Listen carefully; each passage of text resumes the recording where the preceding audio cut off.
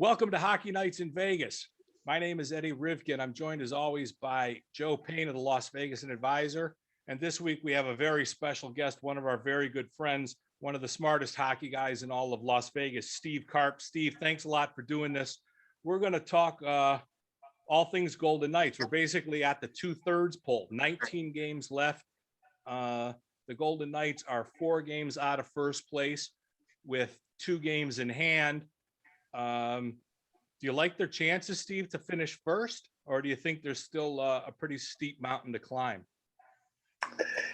I would say they are in a good situation. I just don't know if Colorado's ever going to lose again. Boy, they play it well. I mean, Yeah, the kids line are just on fire right now. And I actually watched a little bit of their game with Minnesota yesterday. And unlike the Golden Knights, the Avalanche have no problems with the Wild. Yeah, So I know. I do think, it's going to come down to, when they go head to head in their last couple of meetings, if Vegas can beat them in order to win the division. Right, Steve, when you talk about the division, do you look at the Vegas Golden Knights now as being able to get out of the West, or you think they might have a problem as the team is right now? Can they get out of the West, or do they have to make some sort of adjustment or move with their roster? Joe, honestly, I don't think the way they're currently constructed, they can win the Stanley Cup. And I do have a couple of concerns about them getting out of the division. They're just not getting enough scoring on a consistent basis from the people that they're counting on to put the puck in the net. I mean, Tomas Nosek is on a hot streak, but I mean, honestly, is that who you're counting on to deliver for you? I mean, they got to get Riley Smith going. They got to get William Karlsson going consistently. Mark Stone's been slumping a bit. Even Max Pacioretty, who's been there, really their best sniper. He's having a bit of difficulty. Alex Tuck, who was going great guns earlier in the season, he's cooled off. So I think they do need to find some additional scoring somewhere. Well, Steve, let me. I'm sorry, Eddie. Let me just ask you this quick question. Do you, McCrimmon has come out and said that he doesn't expect to be active on Monday or a couple of days leading up to Monday. But the Vegas Knights, over their history, their short history, have always made deadline moves. They brought in Tatar in the first year with Reeves. Then the second year they brought in Stone, and then last year they brought in Leonard. Do you think that they're going to stand pat? Because I think they only have like $425,000 available in cap space, so they would have to move at least 1 or 2 contracts in order to make a move. Do you think it's feasible that either Martinez, who's $4 million is going to be? Oh, well, let me before. Come on. Well, there's only 2 options here. You're either going to have to move Martinez or Riley Smith. No, there's going to be a third team that's going to eat a bunch of salary for a draft pick. It's going to be the same sort of thing that Toronto did last year. They're not going to move off that core. Sorry for stepping on you, Steve. Go ahead. They are up against the cap-wise, fellas, but that doesn't mean that precludes them from making a pretty good-sized deal. And also, let's remember something. If Zach Whitecloud is put on LTIR, and I know he's only making $750,000 or so, it would give them a little bit extra to work with. Or if another guy gets hurt between now and Monday. I mean, they got 3 games. They got a game tomorrow in St. Louis. They got a game Friday against Arizona, and a game Sunday against the Coyotes. Nobody's wishing this, obviously. But if somebody were to get hurt and have to go on LTIR, that changes the ball game dramatically. Steve, Steve, you can't structure your roster crossing your fingers that you get an injury with the up. No, of course not. Nobody wants that, Joe. But by being, their options are somewhat limited. Okay, so if they want to make a move, it may have to be 1-for-1 and of equal money, and then you're going to have to, insert somebody new, and the cost of somebody who's gone, who's been there. So let's say you try to move Riley Smith for Kyle Palmieri, hypothetically speaking, okay? The money works. Palmieri makes 4.5, Smith makes 5.2, okay? So, yeah, you're getting another guy, a new face, but you're also losing one of your key guys, even though he's been struggling. See what I'm saying? It's not as simple as, well, let's just trade Riley Smith, or let's just trade William Carlson, or whatever. There's a lot that goes into it. Plus, New Jersey probably would want something else for, let's say, for Palmieri. Okay. So it is a little tricky. I actually ran into Kelly McCrimmon last night, and we chatted for a minute, and he's not with the team. The organization's having their meetings with all their scouts and all their NHL personnel people to determine exactly what, they might be able to do. I think if you hit Kelly with some sodium pentothal, he would admit that, the team probably needs something else. Okay, so let's just go with the assumption that they're going to make a deal. We'll just say that somehow the salary cap god, or there's going to be a third team. I mean, 18 teams within $1 million of the cap, but there are definitely some sellers who have a ton of cap room who are looking to rebuild with draft choices. And I'll just use the Detroit Red Wings because I'm from Detroit, and Steve Yzerman is the master of acquiring draft picks, and he's got a ton of cap room. So I still believe that there's going to be a third team involved in the deal. Who do you think, where's the need, and who do you think the guy is, and where do you slot him in? You got Chandler Stevenson probably going back into 1C tomorrow night. My thought is, I mean, the prime guy on the market right now, everybody is saying, is Marcus Granlund in Nashville. If you can swing a deal for somebody like that, he goes into 1C. Chandler Stevenson goes down to 3C. And now you're a lot more stout down the middle. But who do you see as a potential target? I've written about this in Sinbin in my column. I think, a guy like Ryan Getzlaff, if somebody else takes some salary, or if Anaheim would take some salary and you send them picks in a prospect, like a guy from Henderson, you might be able to get Getzlaff, who would be an ideal person for them. Center, veteran, a tough guy, a guy who could score, a guy who will definitely get a boost playing on a team that has a chance to win the cup. Somebody like that would be good. But again, there's other teams that are looking for that as well, and the price may go up. If I'm Bob Murray in Anaheim, the GM there, I'm probably, obviously looking for the best offer. I don't care if I trade within my division or trade somewhere else. I know his name's been floated around. Raquel from Anaheim as well. The Ducks are definitely sellers at this point. So you got to look at the teams: Buffalo, New Jersey, Anaheim, Detroit, and now Vancouver with all their problems.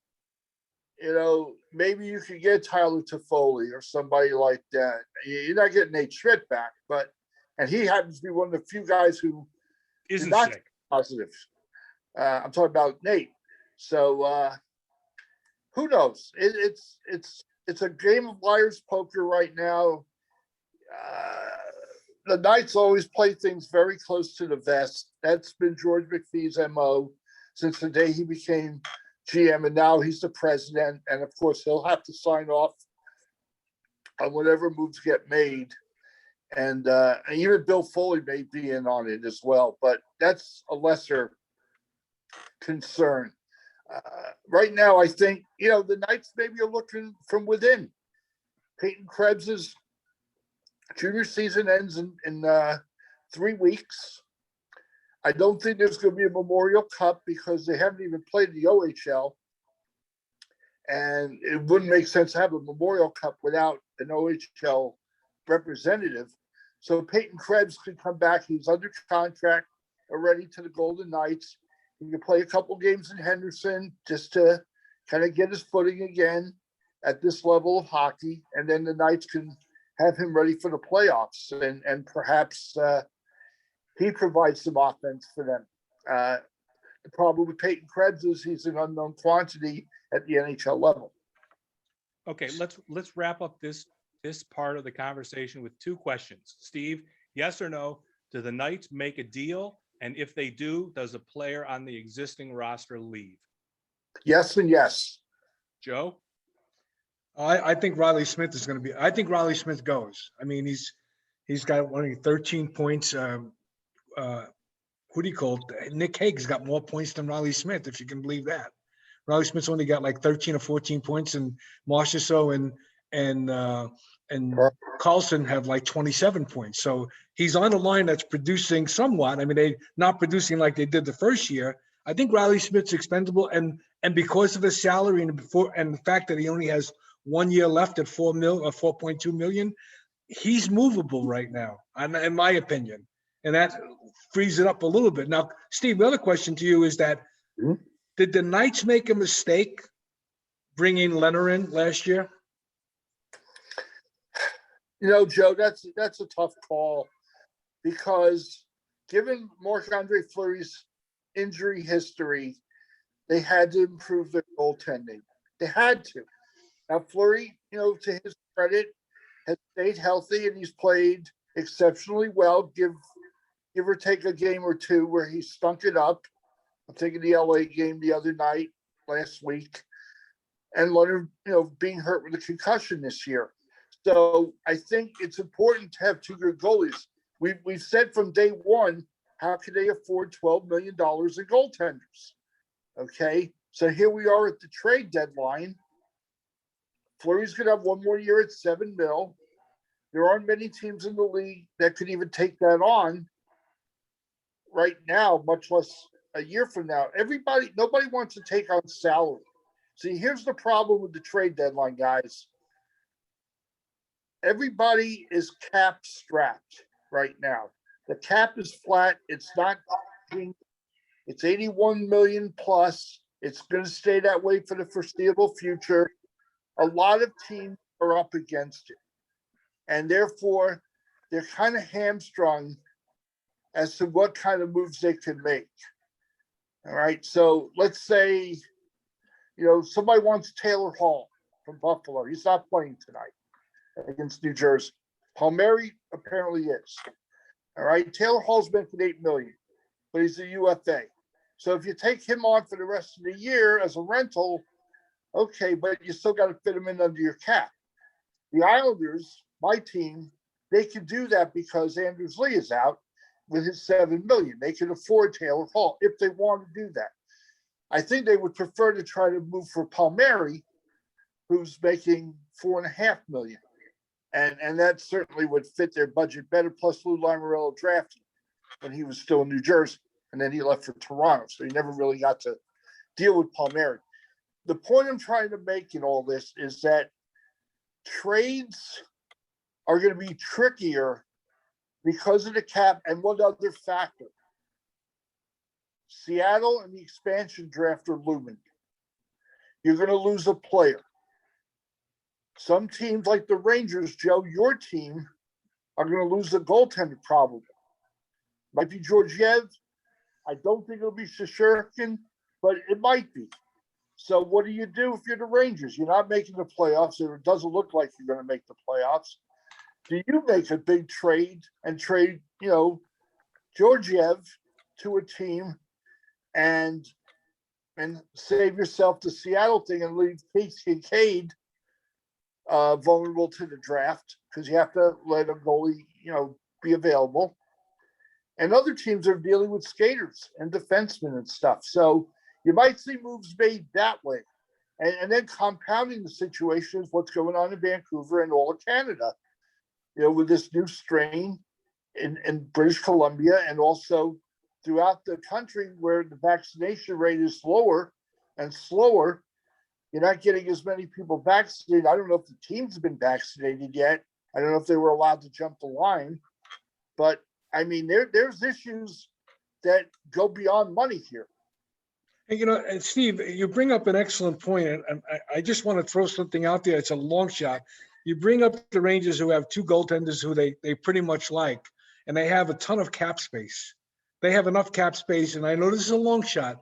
What if they were to make a deal with the Knights where they take on Fleury's salary, and then when the draft comes up, they expose Fleury as their goaltender to go to Seattle, meanwhile keeping their two goaltenders?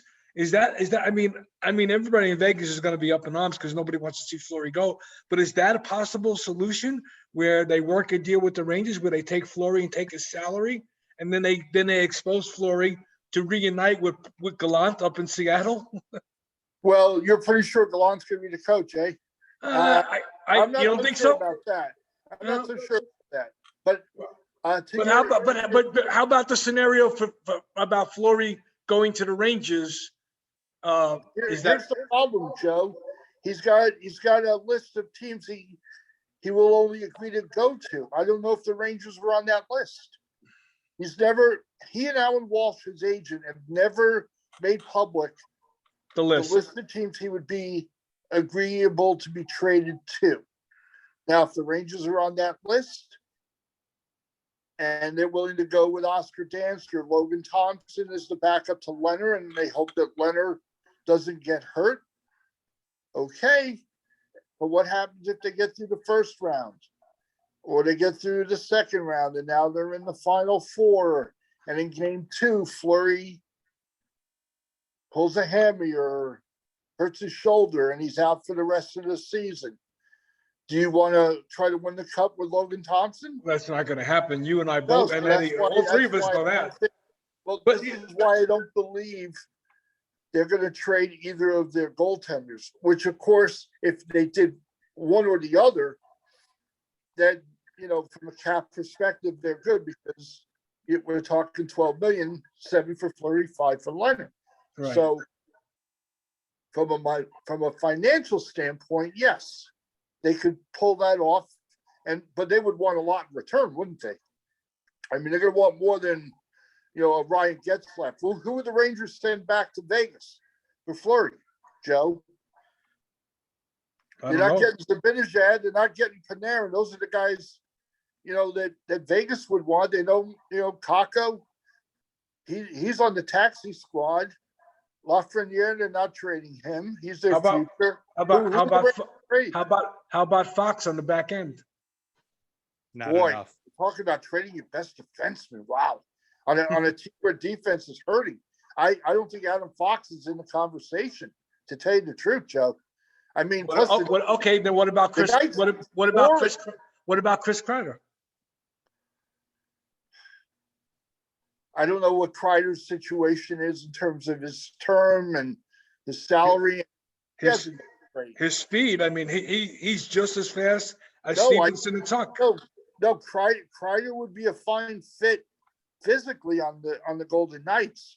I just don't know if they have the means or the wherewithal to get him, even offering up Fleury or Leonard. It would probably be Fleury if you're doing a deal with the Rangers. Right. That would keep Shesterkin and Georgiev. And they could protect them then, yeah. I wasn't take Fleury. Now you got 3 goals, 4 if you count Keith Kincaid. Right. All right. Let's bring this. Vegas has a goalie issue. Wait till you see the Rangers 4 goalies. Let's bring the spaceship back into the universe and talk about the Golden Knights instead of this fantasy Marc Andre Fleury to the Rangers. Ridiculousness. Absolute ridiculousness. The Golden Knights' first power play unit salary cap is somewhere in the vicinity of $30 million between Stone, Pacioretty, Pietrangelo, Marchessault, and whoever the hell the 5th person is. Their power play is 24th in the league. Steve, are they overthinking it? Are they just trying to be too pretty? Should Pete DeBoer just put the 3rd and the 4th line out there and just let them muck and grind? What the hell's going on? Yeah, Eddie, I think you hit it. They're trying to be too fancy schmancy. Just take the puck, get it in the zone, go get it, and make some plays down low. Get a guy in the front of the net whether it's Tuck or Stone or whoever, get some bodies in front of the goaltender, take his eyes away, and get some shots. I mean, it really isn't that difficult, but they make it difficult on themselves with that crazy drop pass in their own end, which hardly ever works. Oh, for God's And then, guys cheating in from the point and not covering, no one covering for them. Then the puck gets out, and then they find themselves with a 2-on-1 going the other way. Yeah, I mean, I think fundamentally the way they attack on their power play is very flawed, and it needs adjusting. And even Stone said so after losing to Minnesota the other night. He agrees that we got to do better. We got to make it better. Got to work harder. And again, this is the coaching. It goes to DeBoer and Steve Stoff, who runs the power play for them. They've got to figure it out. They know their personnel. They got Pietrangelo back now. They have Theodore. They have Martinez. I mean, plus here's your other problem, Eddie. When you break up your lines for power play, it kind of screws you up once the power play is over, because Sure. then you got to roll over your fourth line after a power play that failed. Okay, and your fourth line is not great defensively, at least not on this team. Okay, Reeves, Carrier, and whether it's Whoever. Nosek, Colasar, Waugh, it doesn't matter who's playing in the middle.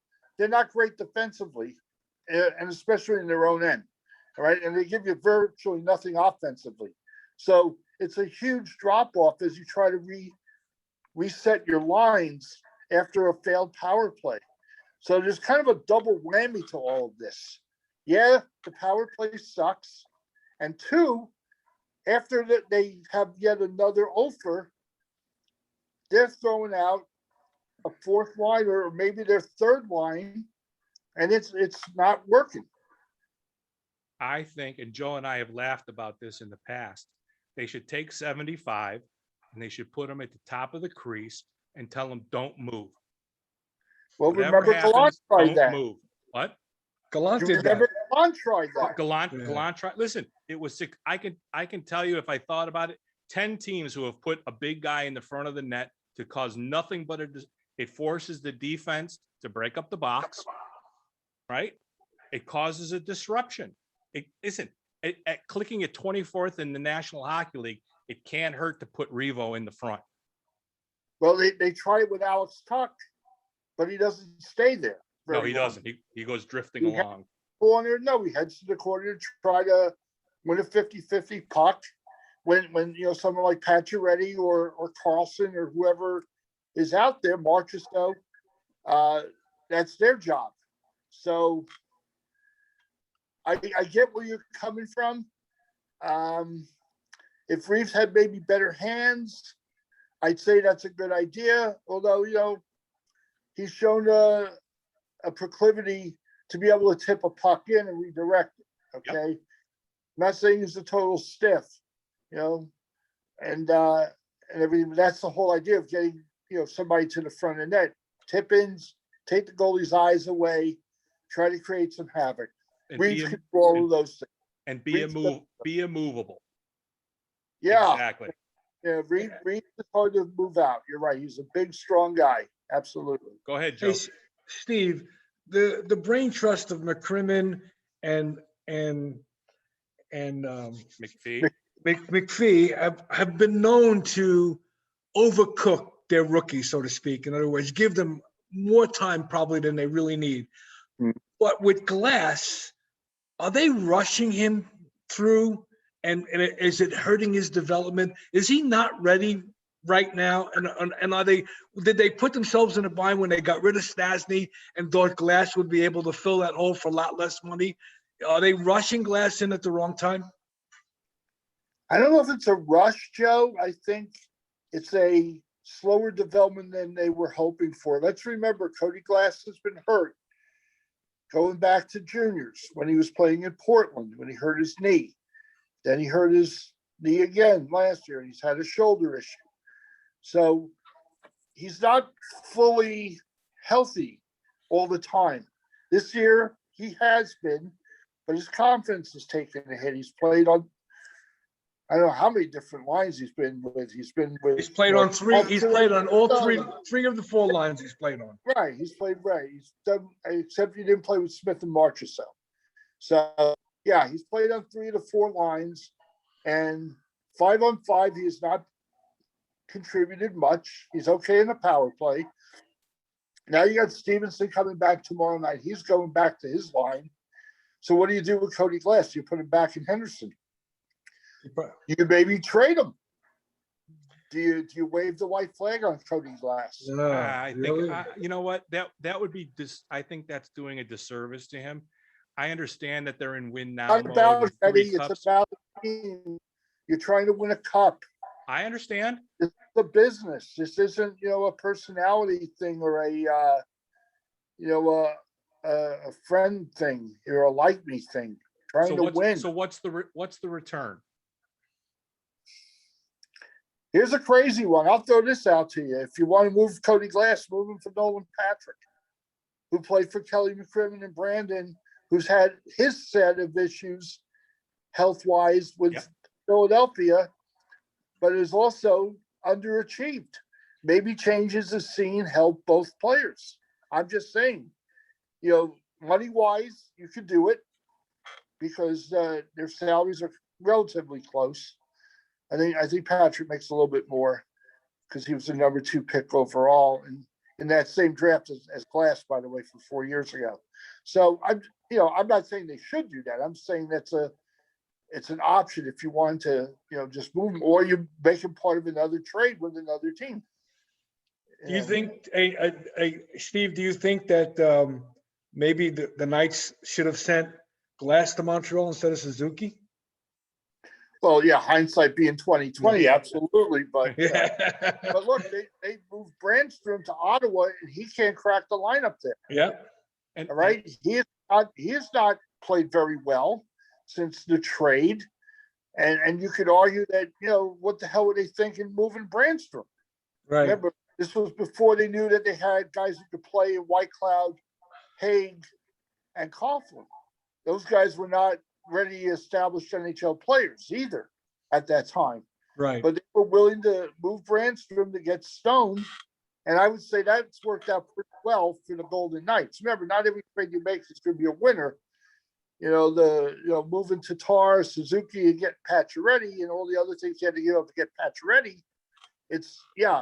He's played well this year, but remember, he was hurt his first year with Vegas, and he was even hurt last year in the bubble. So, trades are an inexact science. You guys know this. And you think you're doing the right thing. You think you're getting good value for whatever you move a guy for. Sometimes it works. Sometimes it doesn't. I personally would not trade Cody Glass just yet. But I do think we're getting close to where they need to make a hard decision about whether this guy's future in Vegas is really a solid one, or if they need to move on from him and just say, hey, just didn't work out. And you can look at all 31 NHL teams, guys, or the other 30. And then the number one, you look at all their number 1 draft choices over the years, you'll see a few failures with every single this league. Every single team. Joe, they're gonna trade Cody Glass? I don't think they'll trade Cody Glass. I think they've given up on a lot of their draft picks. Suzuki, and it's come back to haunt them and Brandstrom. Not so much on Brandstrom. I think they got it only because of the salary cap situation. Keeping Glass around helps them a little bit. If they get rid of Glass, they have to fill that spot. They're not going to fill that spot with a viable player. And I think Glass makes $750. They're not going to find anybody. But Steve, the question I have actually, they do have a guy they can fill it within the organization. With Krebs? Yeah, with Krebs, yeah. Why not? Yeah. Could you do worse? But you don't. I think Peyton Krebs is a better player, Joe. I think he's got a much bigger offensive upside. Absolutely. Steve, that's my point. Yep. Steve, you will agree that the Knights are in this situation because of what happened in their first year. Their first year, their plan was at the trade deadline in 2018, they were going to be sellers. they were going to get rid of guys like Neal and a couple other guys and accumulate draft picks. But since they went on that incredible run, they had to change their position and they became buyers. And they've stayed buyers throughout the last four seasons. Yeah. And that has kind of put them up against the calorie. This has caused their calories cap dilemma now because of what happened in the first year. Of course, you go to the final, all of a sudden you think you got the formula and the recipe for success. Now you just have to add an ingredient or two to get you the cup. There's no question management thought that. Yeah, the fans thought that. Most of the media that covers this team thought that. Okay, but every season's different, and every season has its own unique set of challenges. And yeah, when they lose to San Jose on a tough penalty call, yet they were comfortably ahead in Game 7, and they did a lousy job on the penalty kill, let San Jose back in it, only to tie it, send it to overtime, then lose. I know. A lot of things, guys. You know, all of a sudden, that roster wasn't as solid as we all thought. And they got rid of Neal. They got rid of Perron. They got rid of Belmar after this season. Brian Carpenter left. They moved some pieces around after they lost to Washington. And, you know, they've been going for the home run with Pacioretty, with Stone, with Leonard, with Petrangelo. I mean, these are high-ticket items. This isn't bargain basement shopping. No. That McPhee and McCrimmon have been spending. They're shopping at, you know, at Bergdorf Goodman. They're not shopping at, you know, $50. Yeah, but unfortunately, Steve, right now they can only shop at Walmart right now. Well, there you go. You reap what you sow, don't you?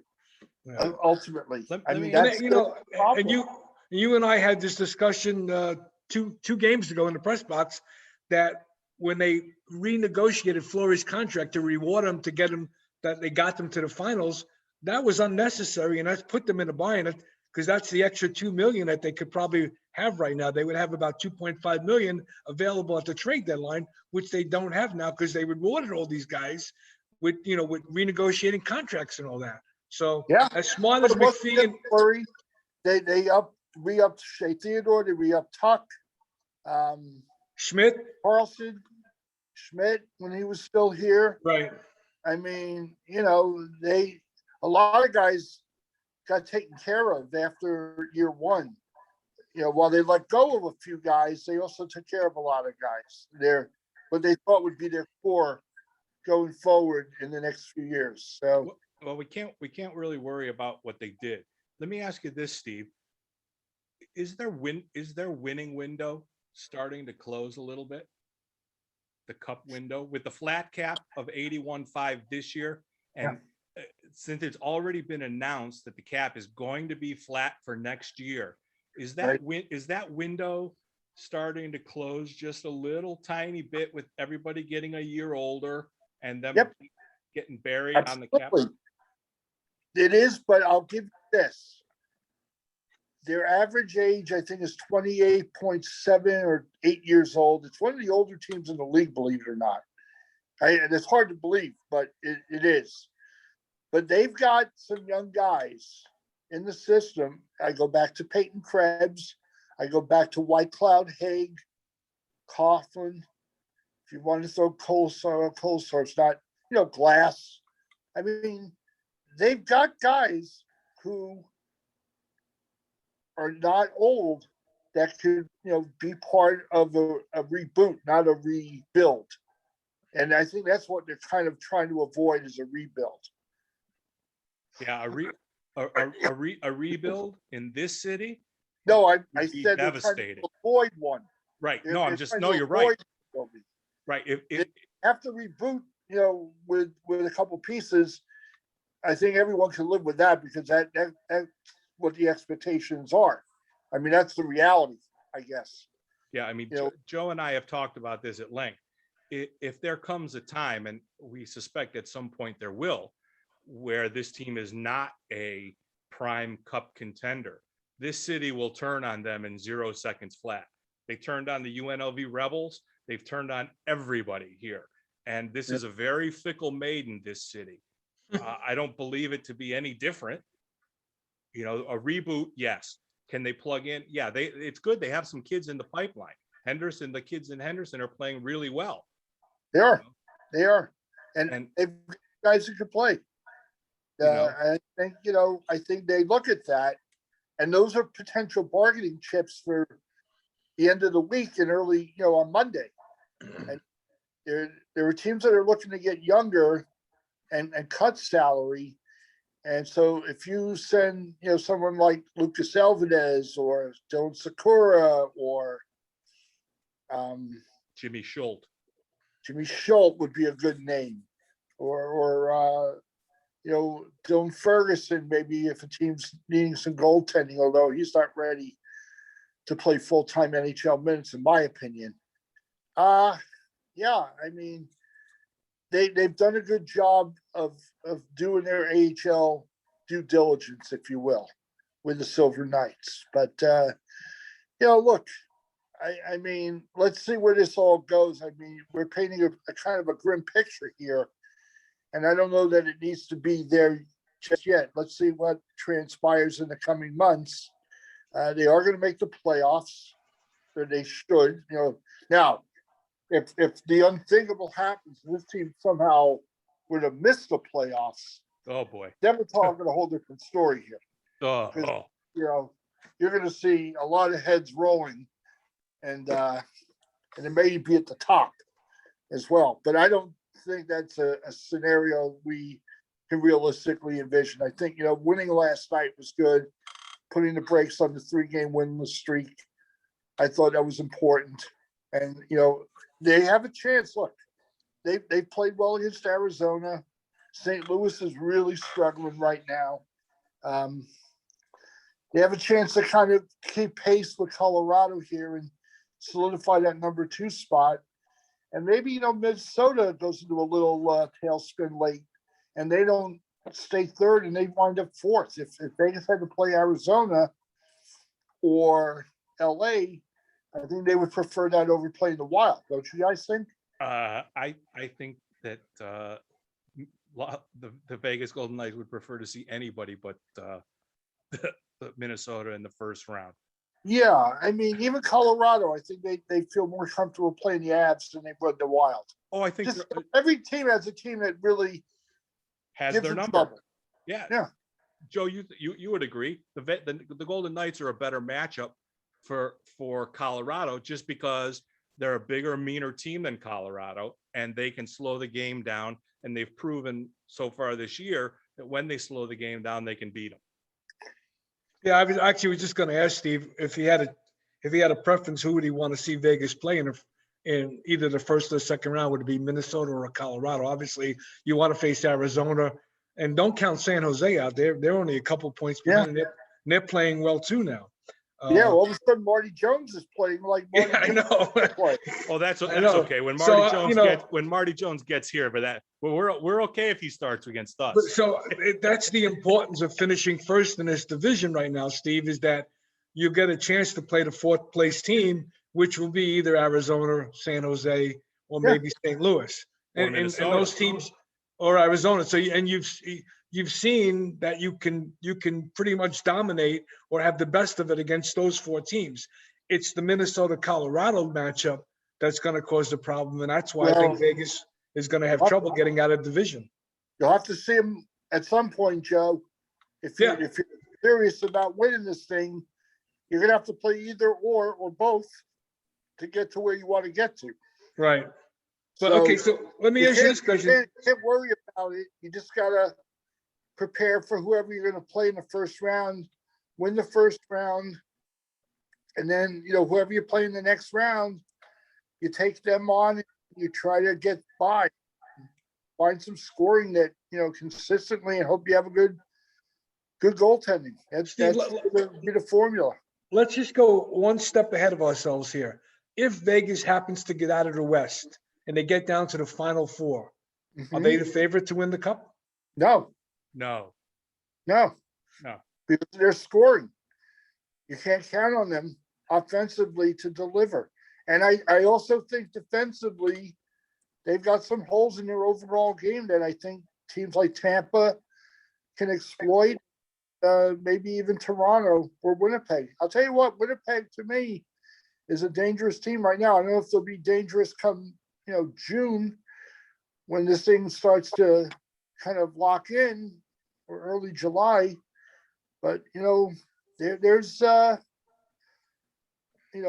teams, Florida, Carolina, Islanders, Pittsburgh, Washington. There's a lot of good teams out there, Joe.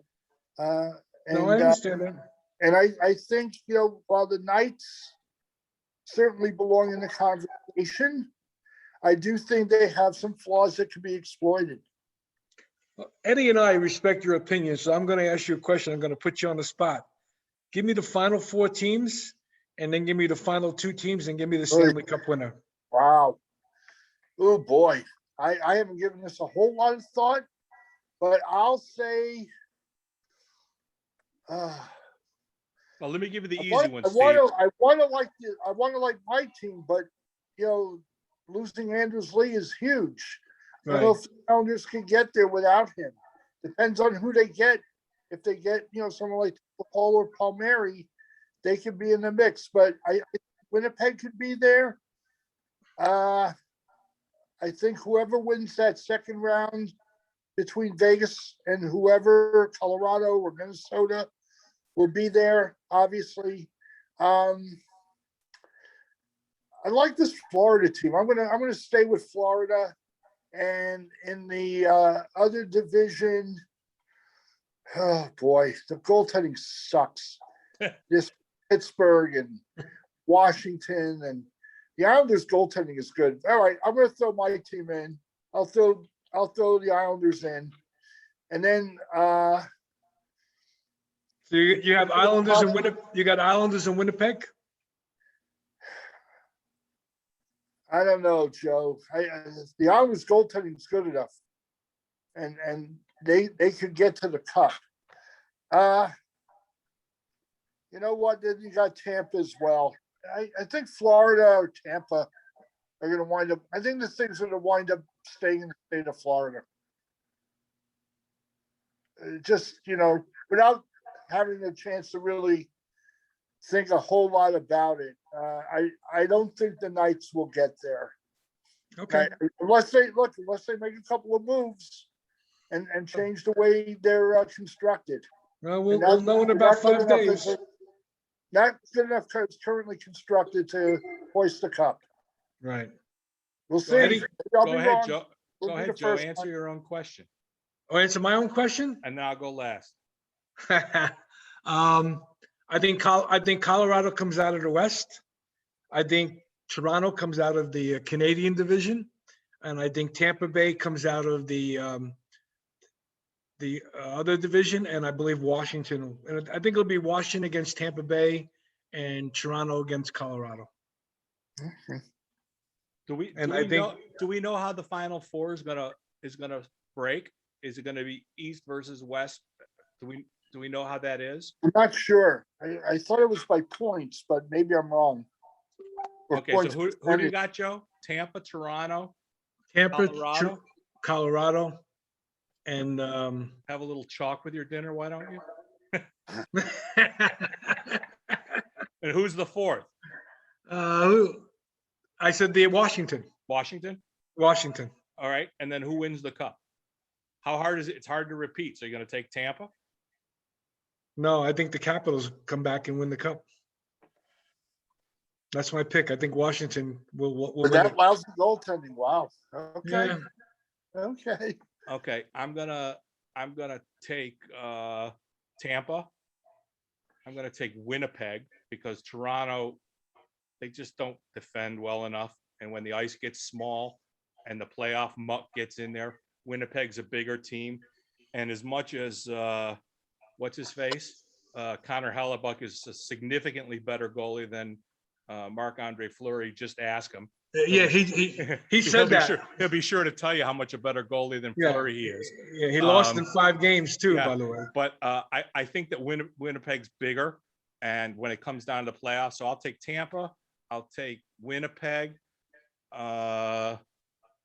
Who's the other division? Oh, the East, the Northeast, the Northeast. You taking Boston? No, Boston. No, because Halak's got COVID, so he's going to be out for a couple of weeks. I think I'll take Washington to come out of there. And then I think that a lot depends for the West. It's when the Knights see Minnesota. If it's a 2-3, and the Golden Knights could be in real trouble, and they could go out in the first round, because like Steve said earlier, some teams have other teams' numbers, and 10-2-2 since the beginning is a pretty frightening first round opponent. If they get to the point where it's against Colorado, I think they can beat the Avs in a 7-game series, because I think they're bigger and stronger and meaner. And I'm still concerned that Colorado hasn't done anything about a backup goalie. And if Grubauer is going to play 24, 23 of the next 26 or 27 games, he's not going to be ready for a full run. So I'll take the homer pick from the West and take the Golden Knights. So I've got Tampa, Winnipeg, Washington, and the Golden Knights. Yeah. And I'm gonna say that the Golden Knights can. Well, it depends. We don't know how they're gonna fall. I think there's a really good chance that Tampa can repeat. They're a very good team, and they're a very well-rounded team. And now that they're going to get Kucherov back, and they're going to, barring illness, with Vasilevsky and net, they're going to be really difficult to beat 4 out of 7. So my dream series certainly would be to see the Knights and Tampa, because I think that's the best hockey viewing series. But I'll stick with those 4. All right. And I think, Eddie, based upon COVID, they're not going to do a 2-2-1-1-1. It's going to be 2-3-2, just to cut down the traveling. Okay, so we've been running for about 6 hours. So let's just do this real quickly. One quick opinion, and then we're going to wrap up. Are they going to the bubble for the playoffs? Yes or no, Steve? Yes, in Canada. No, in the States. Joe? No bubble. Anywhere? Nothing? In the States, I agree with Steve. The States are not going to bubble. Canada they're still under pretty strict restrictions up there. They'll probably keep it in the bubble. Then they have to eventually come out of it to play the finals, right? Well, they got to come out of it to play the semifinals. Yeah, right. Semifinals actually. Yeah. Well, I think that depending on how bad this thing gets in Vancouver, I think that they're saying all the right things, that Vancouver can continue playing and everything else like that. But I think that if it ended up in a bubble, it would be devastating to the game and the league. I fear for the worst, and I hope for the best. Certainly, everything has been going pretty well here in the States. They're managing to get a few more people in the buildings, and that's great for not only for the fans, but certainly for the players to have crowds in the building. But man, this thing in Vancouver is really scary. And Canada is so slow to the uptake with their pace of vaccinations and everything. Like Steve said earlier, this is just a really bad omen for a team coming south to compete in the Final Four. So that's it. We don't want this to be 2 hours long. Steve, thank you so much. This was great. It's fun to have a bunch of old guys that know the game sitting around shooting the shit and talking about a hockey in a way that the fans can really appreciate it. And I think we gave them a whole lot of stuff to talk about. Joe, always a pleasure. We're going to come back in a few days. 19 games to go for the Knights. They got a nice offensive uptick last night, courtesy of the St. Louis Blues. And thanks to all the people who have subscribed. You can hit the subscribe button down below. We want to thank everybody for that. And we're going to call it a day today. Thanks for watching the long view. And Steve, thanks again for joining us. It was a Thanks great for having me, guys. Anytime. Thank you, Steve. We appreciate it. Thank you very much.